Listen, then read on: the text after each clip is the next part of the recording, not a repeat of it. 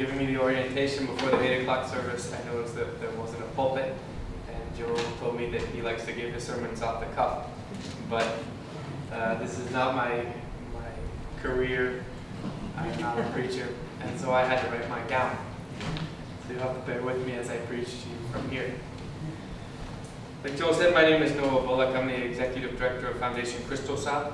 We're a human rights and community development organization founded by the Bishop of El Salvador.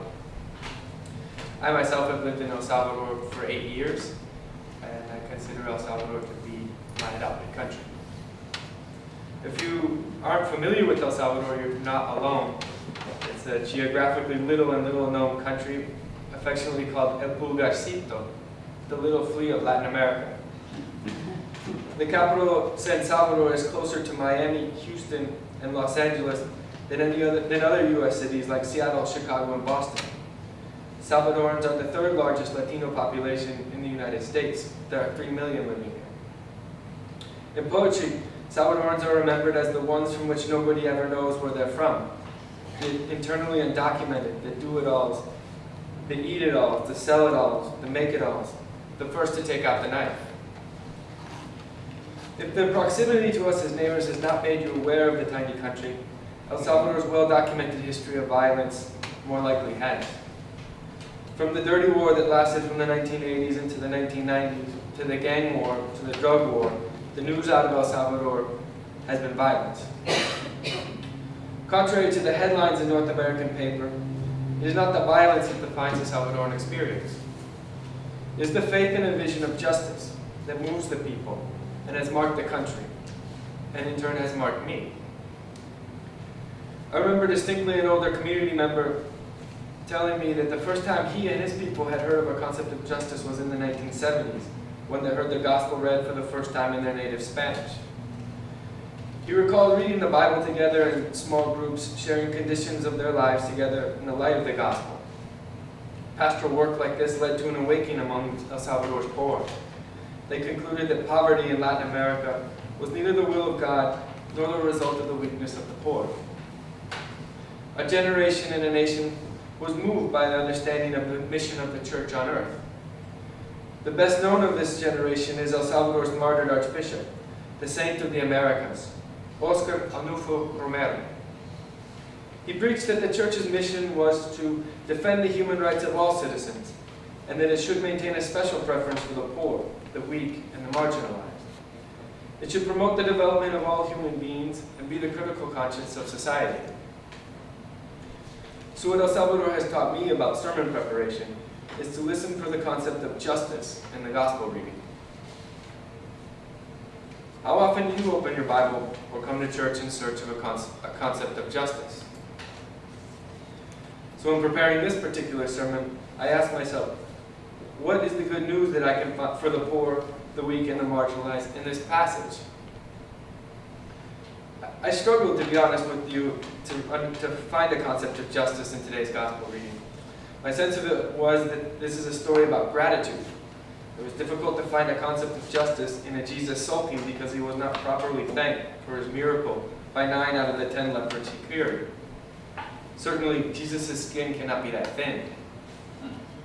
So I began to think about the lepers who approached Jesus through our experience working with the poor in El Salvador. I thought of one community in particular called Las Anémonas. Las Anémonas is comprised of just under 200 families who were displaced by Hurricane Ida in 2009. They're part of a grouping of 16 communities that were all formed around the same time, and the Ministry of Health believes that there are around 10,000 people living in this stretch of slums. Being internally displaced, the people of Anémona have a position in society not unlike the lepers. They're foreigners in their own land. In working with communities like Anémona, Cristosal uses a rights-based approach to development that emerges out of our faithful belief in the inherent dignity and equality of all people. This principle repositions the poor in the development enterprise from that of beneficiaries of assistance projects and goodwill to citizen partners, architects, investors, actors, and owners in their own development process. The primary development goal of a rights-based approach is the increased opportunity and freedom of the poor to equal and full participation in society. We engage local leaders in an entrepreneurial-like process of solving the structural problems that create and perpetuate poverty. Since 2010, Cristosal's team of development and legal professionals has successfully worked in La Nemina, providing training and advising the community leadership to organize, access government bureaucracies, and negotiate for the right to basic services like water and power. Together, we've built an advocacy campaign that includes the neighboring communities to lobby for the legalization of land rights. Recently, we have been working with a group of mostly single mothers in Las Aneminas to build a business plan for economic development. We started by asking this group what type of businesses they thought could generate more stable income for their families. Their first responses were very typical. They proposed all of the most common businesses that exist already in the slums. Small bakeries, peddling used clothes, sewing odd jobs, handicrafts, tortillas. I've often heard impoverished communities respond in a similar way when aid groups, missioners, or even politicians ask them what they need. The responses are almost always oriented by what has been handed out before. People logically ask for what they know and what they think they can get, not necessarily what they desperately need. So I wondered, what did these 10 lepers hope to get from Jesus when they begged for his mercy? My guess is they probably hoped for what they had received before when asking for help. A few coins, a loaf of bread, perhaps a blanket. I don't doubt that among them, one of them must have heard the rumors of Jesus' work.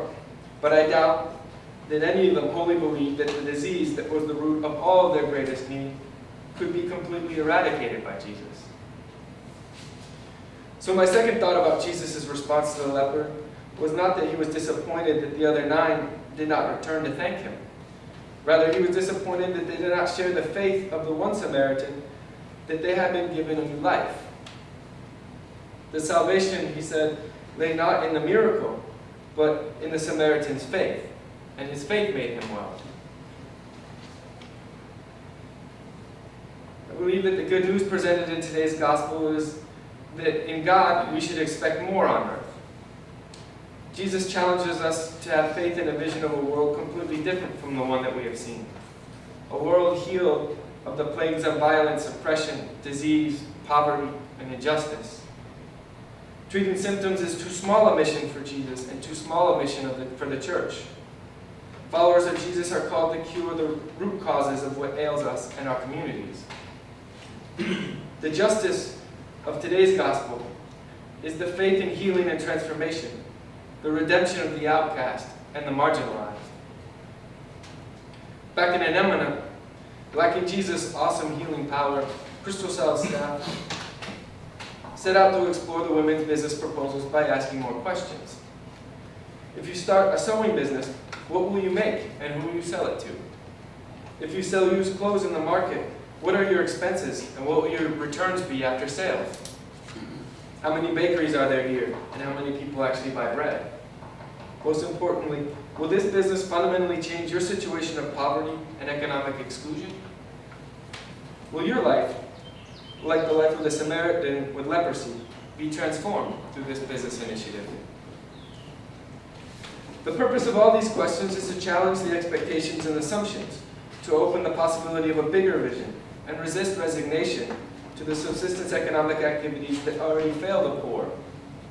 Just as 9 out of the 10 lepers could not envision a world in which they were free from leprosy, the women in Anemona, landless, poor, living day to day, were struggling to envision themselves released from the oppression of the slum. The reality does afford them little reason to have faith in a vision of a world in which they might enjoy freedoms and opportunities as equal citizens to exercise their rights by participating and competing in the national economy. So before there can be economic development, we decided, we have to build faith in a vision of a better life. Cristosal's team introduced a new idea for business development to the group. We proposed the concept of developing a brand around an innovative product that responds to a demand identified through a market study. We presented a plan to work together to craft a business model that contemplates production along with a marketing strategy that creates value around the brand,